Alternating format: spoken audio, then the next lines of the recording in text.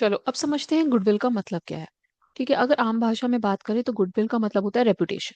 Like आपकी क्या value है इन द मार्केट, उसको हम बोलते हैं गुडविल।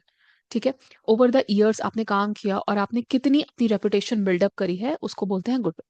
अकाउंटिंग टर्म में गुडविल क्या है? एक इंटेंजिबल एसेट है। लाइक ये एसेट तो है पर ये इंटेंजिबल है। इंटेंजिबल का क्या मतलब होता है? एक ऐसा एसेट जो आप ओन तो करते हो लेकिन आप उसको ना तो टच कर सकते हो ना देख सकते हो, राइट? सो ऐसा asset which has its existence but आप उसको टच नहीं कर सकते, राइट? अगर आपके पास लैंड है, बिल्डिंग है, आप उसको टच कर सकते हो लेकिन आप गुडविल को टच नहीं करते। बट स्टिल गुडविल की बहुत ज्यादा वैल्यू होती है किसी भी बिजनेस में अगर वो है तो। ठीक है, तो अब गुडविल का गुडविल की कैरेक्टरिस्टिक्स क्या है? पहली कैरेक्टरिस्टिक्स तो हमने पढ़ी कि एक इंटेंजिबल एसेट्स है। ठीक है, इसकी कोई सेपरेट एग्जिस्टेंस नहीं होती है, ये हमेशा प्रॉफिट्स पे कैलकुलेट होती है। ठीक है, हमें नीड क्या पड़ी? जो व्हाट इज द नीड, हमें क्या जरूरत पड़ी कि हम गुडविल का वैल्यूएशन कर रहे हैं, right? What is the need for valuing the goodwill? तो याद रखना इस चीज को, ये जो चैप्टर हम गुडविल का पढ़ रहे हैं ये आपकी पूरी पार्टनरशिप अकाउंट्स में काम आएगा। चाहे वो एडमिशन चैप्टर हो, चाहे रिटायरमेंट हो, चाहे डिसोल्यूशन हो, सब में हम गुडविल का ट्रीटमेंट पढ़ेंगे। एंड श्योर श्योर 3 मार्क्स में तो क्वेश्चन आएगा ही आएगा। एमसीक्यू में भी इसका क्वेश्चन आ सकता है, देन 3 मार्क्स, 4 मार्क्स, एंड उसके बाद एक लॉन्ग क्वेश्चन में भी गुडविल का एक ट्रीटमेंट आ सकता है। तो बच्चों इसको अच्छे से पढ़ना। सो पहली चीज क्या है जो हम पढ़ने जा रहे हैं? Need for value goodwill. क्या जरूरत पड़ गई, हम क्यों गुडविल को वैल्यू कर रहे हैं? कभी भी फर्म्स का अगर चेंज इन पीएसआर होता है, पार्टनर्स हैं, वो अपना प्रॉफिट शेयरिंग रेशियो चेंज कर रहे हैं, ठीक है, तो उसमें हमें गुडविल को भी वैल्यू करना पड़ेगा। सेकंड केसेस, अगर कोई एडमिशन होता है, राइट, अगर कोई एडमिशन ऑफ अ पार्टनर होता है तो उस केस में भी हमने गुडविल का वैल्यूएशन करना पड़ेगा। ठीक है, देन रिटायरमेंट हो गया, डेथ हो गया, ठीक है, डिसोल्यूशन हो गया। ठीक है, ये सारे चैप्टर्स हम पढ़ेंगे, इन सब में हमें गुडविल का यूज करना होगा, गुडविल का वैल्यूएशन करना होगा। ठीक है, so these are all cases in which we are going to value the goodwill. ठीक है बच्चों, अच्छा अब हम पढ़ेंगे गुडविल को कैलकुलेट करने के मेथड्स। वेरी वेरी इंपॉर्टेंट, बहुत इजी है। ठीक है, सारा फॉर्मूला बेस्ड है। सो मेथड्स ऑफ वैल्यूइंग और कैलकुलेटिंग गुडविल। ठीक है बच्चों, चलो अब हम वन बाय वन मेथड्स पढ़ते हैं इसके। ठीक है, सो 3 मेन मेथड्स हैं, बेसिकली मेन हेडिंग्स हैं जो मैं आपको एक्सप्लेन करने जा रही हूँ। सो ध्यान से पढ़ना। सो पहला जो मेथड है that is known as average profit method. ठीक है, उसके बाद जो सेकंड मेथड आता है वो आता है हमारा सुपर प्रॉफिट मेथड। ठीक है, एंड जो थर्ड मेथड आता है वो है हमारा कैपिटलाइजेशन मेथड। ठीक है बच्चों, अब हम सबसे पहले एवरेज प्रॉफिट मेथड पढ़ेंगे। देखो एवरेज प्रॉफिट मेथड अगर पढ़ना है तो इसके दो सब हेडिंग्स हैं, दो मेथड्स और हैं जिनको हमें डिटेल में पढ़ना पड़ेगा। जो पहला है simple average method and weighted average method. ठीक है,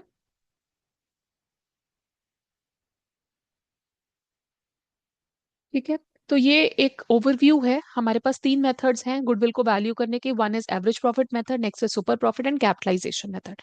पहला जो मेथड है एवरेज प्रॉफिट, इसके दो सब पार्ट्स हैं, that is simple average profit method and second one is weighted average profit method. ठीक है, अब हम इन दोनों को डिटेल में पढ़ेंगे। अगर आपको इन दोनों चीजों का स्क्रीनशॉट लेना है बच्चों तो आप ले सकते हो, एंड उसके बाद हम डिटेल में सिंपल एवरेज पे आते हैं। ठीक है, चलो next, next is simple average profit method. Simple average profit method. ठीक है बच्चों, यही एक मेथड है जो थोड़ा लेंथी है, जिसमें बहुत सारी चीजें हैं जिनका हमें ध्यान रखना है। बाकी सुपर प्रॉफिट कैपिटलाइजेशन मेथड बहुत इजी है उसका पढ़ने में, एक यही टाइम टेकिंग है इसको, इसलिए इसको ज्यादा अच्छे से पढ़ना। ठीक है, अब सिंपल एवरेज प्रॉफिट मेथड का सबसे पहले तो फॉर्मूला लिख लो कि वैल्यू ऑफ गुडविल कैसे निकलेगा। So value of goodwill is equals to, देखो बेटा गुडविल है तो हमेशा प्रॉफिट पर डिपेंड होगी, तो सारे फॉर्मुलाज में तुम देखोगे तुम्हें प्रॉफिट प्रॉफिट प्रॉफिट की चीजें दिख रही होंगी, सुपर प्रॉफिट, नॉर्मल प्रॉफिट, ठीक है, एवरेज प्रॉफिट। तो इसलिए इन एवरी जो हमारे इन एवरी फॉर्मूलाज जो भी आप देखोगे ना, सो उसमें आपको प्रॉफिट जरूर दिखेगा। सो सिंपल इसका फॉर्मूला है value of goodwill is equals to average profit multiply by number of years of purchase. बच्चों जो नंबर ऑफ ईयर्स परचेज है ना, ये आपको हमेशा क्वेश्चन में गिवन होगा, इसलिए इस चीज की आपको बिल्कुल टेंशन नहीं लेनी। मोस्ट ऑफ द केसेस में एवरेज प्रॉफिट गिवन होगा, लेकिन number of years of the purchase ये आपको हमेशा गिवन होगा। सो ये आपने सिर्फ वहां से क्वेश्चन से कॉपी पेस्ट कर देना है। अब आते हैं एवरेज प्रॉफिट पे, ठीक है। अब एवरेज प्रॉफिट सिंपल सा है। एवरेज का मतलब क्या होता है? एवरेज प्रॉफिट का मतलब होता है जो भी हमारा टोटल प्रॉफिट है over the years divided by number of years. तो basically total profit divided by the number of years, जितने भी आप ईयर्स लेते हैं। नॉर्मल तरीके से हम एवरेज ऐसे ही निकालते हैं, ठीक है। सपोज करो, एक एग्जांपल से समझते हैं। मिस्टर ए है, उसने over the years like first year उसने अर्न किया प्रॉफिट 50,000, सेकेंड ईयर उसने प्रॉफिट अर्न किया 30,000, ठीक है। थर्ड ईयर उसने प्रॉफिट अर्न किया 20,000 एंड फोर्थ ईयर उसने प्रॉफिट अर्न किया सपोज 20,000, ठीक है। सबसे पहले टोटल प्रॉफिट निकालेंगे। टोटल प्रॉफिट कैसे निकलेगा? 50 प्लस 30, सब कुछ ऐड करो यहाँ पे। सपोज मुझे एवरेज प्रॉफिट निकालना है, सो आप यहाँ लिखोगे average profit is equals to what is the total profit. So add करो 50,000 प्लस 30,000 प्लस 20,000 प्लस 20,000। 4 साल का प्रॉफिट है ना यहाँ पे, डिवाइडेड बाय कितने नंबर ऑफ ईयर्स है? 1 2 3 4, राइट इट डाउन 4। अब इसको ऐड कर लो, कितना हो जाएगा? 50 plus 30 is 80, 90, 100, 120। So 1,20,000 divided by 4। तो तुम्हारा एवरेज प्रॉफिट कितना आ गया? 30,000, ठीक है। ये तुम्हारा आया एवरेज प्रॉफिट, ठीक है बच्चों। सो ये तुम्हारा एवरेज प्रॉफिट आया। सो अब यहाँ पर मुझे वैल्यू ऑफ गुडविल निकालनी है, ठीक है। सो पोस्ट कर दो इसकी value. Goodwill is equals to average profit कितना है? 30,000, write it down 30,000। Suppose question में दिया हुआ नंबर ऑफ ईयर्स परचेज है 4, तो तुम्हारी गुडविल कितनी आ जाएगी? Number of year of purchase चलो 5 ले लेते हैं, 4 भी हो सकता है, कोई प्रॉब्लम नहीं है। आप 5 भी अगर लेते हो तो 1,50,000 आपकी गुडविल आ जाएगी, ठीक है बच्चों। सो ये आपका था simple average profit method. Okay, so simple तरीका था, एक सिंपल वे से हमने एक सिंपल फॉर्मूला लिया और इसको सॉल्व कर दिया। लेकिन इसमें कुछ और भी चीजें हैं जिसका हमें बहुत ज्यादा ध्यान रखना है। कौन कौन से एक्सेप्शंस है, कौन कौन सी ऐसी चीजें हैं जो हमें रिमूव करनी है प्रॉफिट से, अगर हमारे पास प्रॉफिट गिवन है, ठीक है। अगर हमें प्रॉफिट गिवन है, सो ऐसी कौन कौन सी चीजें हैं जो हमें ऐड और सब्ट्रैक्ट करनी है in order to get the total profit, ठीक है। तो जब भी क्वेश्चन में प्रॉफिट गिवन है वो आप प्रॉफिट ले लोगे, एंड उसके बाद यू हैव टू ऐड, हमें कुछ एडजस्टमेंट्स करने पड़ेंगे, ठीक है। वो एडजस्टमेंट्स क्या है? किसी भी तरीके का एबनॉर्मल लॉस है उसे ऐड करना पड़ेगा प्रॉफिट में, ठीक है। एबनॉर्मल लॉस क्या होता है? जैसे कि कोई लॉस हो गया, ठीक है। एबनॉर्मल लॉस का मतलब ये होता है कि ऐसा लॉस, ऐसा खर्चा जो एकदम से आ गया, ठीक है। ऐसा नुकसान जो एकदम से हो गया, ठीक है। लॉस बाय थेफ्ट, ठीक है, चोरी हो गई, राइट। देन फायर से कोई लॉस हो गया। तो ये चीजें रोज नहीं होती, कभी हो गई, राइट। सो ये एक तरीके का एबनॉर्मल लॉस है, ये आप क्या करोगे? ऐड कर दोगे, ठीक है। कभी आपने कोई सेल किया एसेट का, कोई भी लॉस हो गया उस पे, loss on sale of any asset, ठीक है। तो ये भी एक रैंडम लॉस है, ठीक है। तो इस तरीके के रैंडम लॉस भी आप क्या करोगे? माइनस कर दोगे, ठीक है।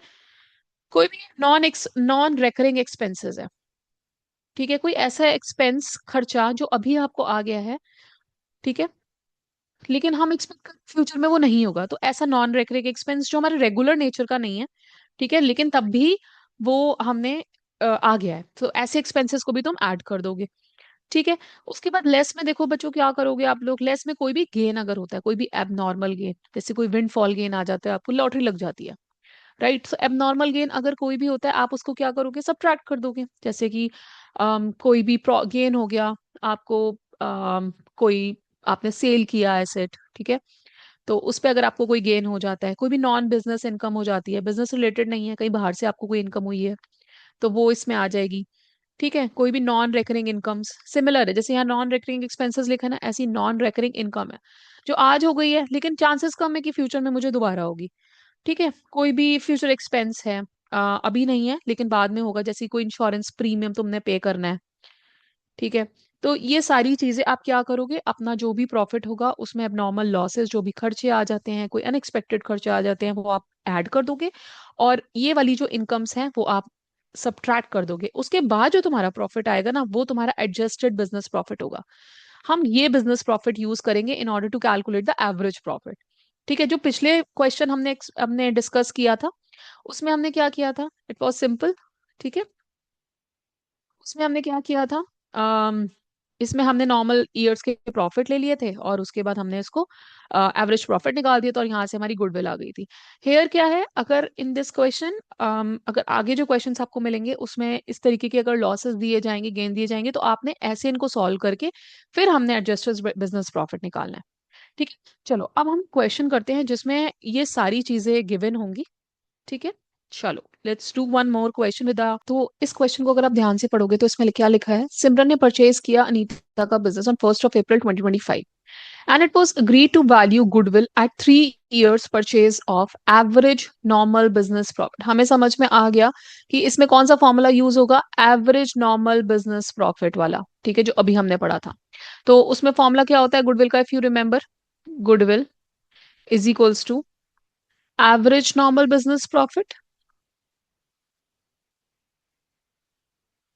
Multiply by number of years purchase.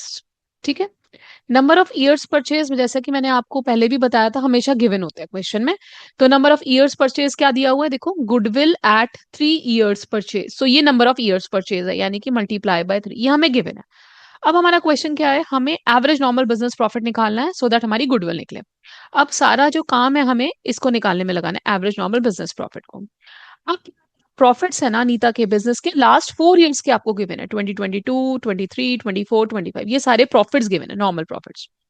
लेकिन अब काम क्या होने वाला है कि हमें और एडजस्टमेंट्स प्रोवाइड किए गए हैं, कुछ एबनॉर्मल प्रॉफिट्स दिए हैं, कुछ एबनॉर्मल लॉस दिए हुए हैं।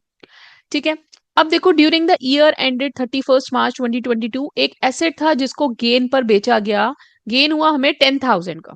ठीक है, सो आपने एक टेबल बनानी है, इस तरीके से आपने टेबल बनानी है। यहाँ ईयर एंडेड हो गया, यहाँ पर आप लिख दोगे प्रॉफिट्स।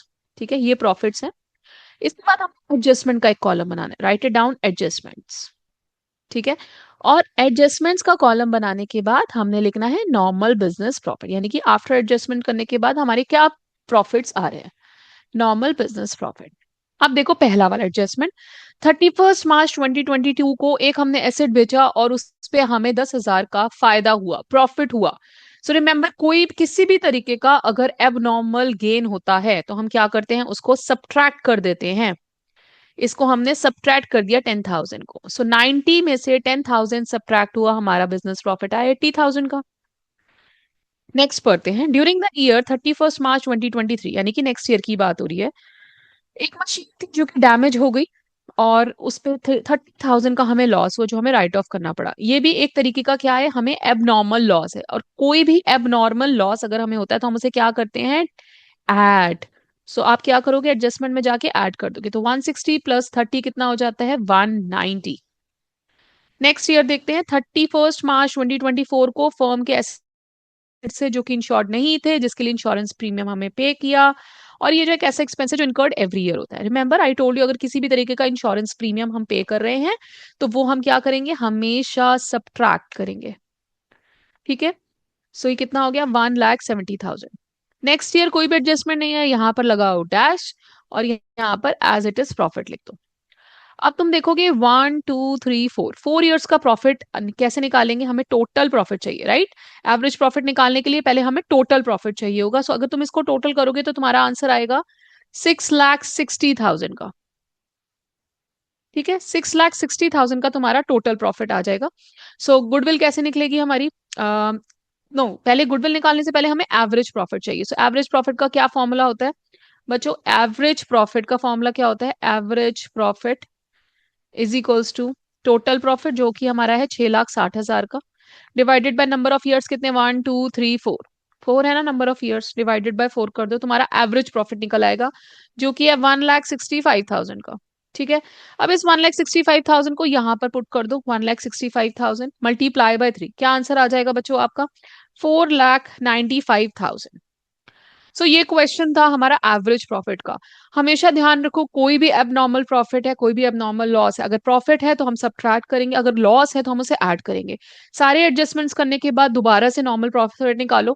नॉर्मल प्रॉफिट जब तुम्हारा निकल जाता है, जितने भी ईयर्स गिवन है उसका, उसके बाद एवरेज प्रॉफिट निकाल दो। एवरेज प्रॉफिट निकालने के बाद सिंपल फॉर्मूला है, देखो goodwill is equals to average normal business profit number of years purchase. Number of years purchase जैसा कि मैंने पहले भी कहा था हमेशा गिवन होंगे, आपको आपको उसकी कोई टेंशन लेने की जरूरत नहीं है।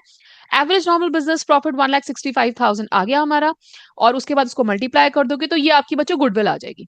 ठीक है, क्लियर है ये? चलो अब नेक्स्ट वीडियो में हम पढ़ेंगे सुपर प्रॉफिट के बारे में। ओके, चलो ओके, बाय बाय।